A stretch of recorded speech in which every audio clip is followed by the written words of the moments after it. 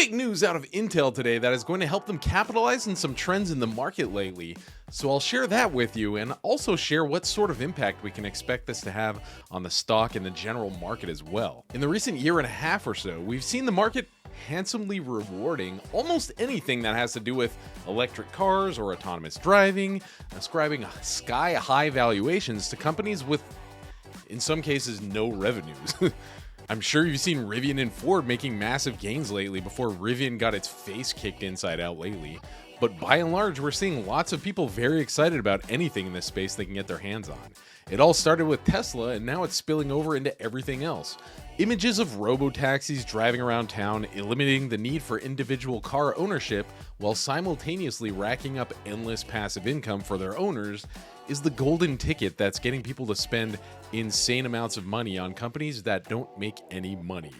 And even though Intel's already owned the Israeli autonomous driving company MobilEye for a few years now, they've never really been able to bathe in that limelight like any of these other companies have. In fact, I think most investors, like when they think of Intel, they either think that it's a boring, dividend stock that doesn't have much growth left in it, or that it's just an outdated failure that's eventually going to be crushed by AMD and Nvidia in the coming years. So Intel's smartly decided to capitalize on this hype by spinning off MobilEye into its own corporation that people will be able to buy in the stock market. And while Intel purchased MobilEye back in 2018 for $15.3 billion, they're still really far from being able to break even on their investment. So I think they're doing the next best thing. Here's a chart I put together of MobilEye's revenues over the last couple of years, showing us some solid growth, but probably not $15.3 billion worth of revenue growth either. Now, in this deal, Intel's going to remain the majority shareholder of MobilEye, and will therefore be able to reap most of the benefit from the public listing of the company, which is set to start at, you guessed it, $15.3 billion. Exactly the same price they paid for it when the IPO happens, likely in the middle of 2022. And if MobilEye is able to garner even a fraction of the hype that some of the competitors in the space have been, it's sure to be a hit in the market. This slide shows us that in the most recently completed quarter, MobilEye only made up about 1.8% of Intel's overall revenues, so quote-unquote losing them isn't going to cause much of a fuss for Intel's cash flow statements, I think. But I really think MobilEye, while on one hand benefiting from the deep pockets available through Papa Intel, also is somewhat punished by the uncool image that a lot of people hold against Intel as well. It's pretty easy to assume MobilEye isn't really, ultra high tech just because it's owned by Intel. But in reality, MobilEye is a pretty big deal. In the last couple of years, they've tripled their revenues and shipments and have supplied technologies and parts to more than 88 million cars already out on the road so far, including BMWs, Audis, Volkswagens, Nissans, and General Motors.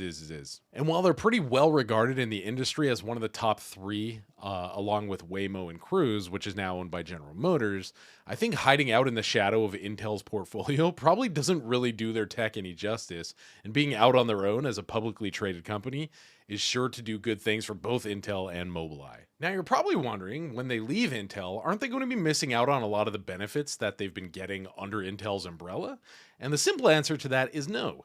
CEO Pat Gelsinger is determined to retain control over MobilEye, and pretty much ever since they came into Intel, it's been allowed to operate freely and flexibly while receiving support and staff from Intel without being forced into anything that hinders, their preferred trajectory.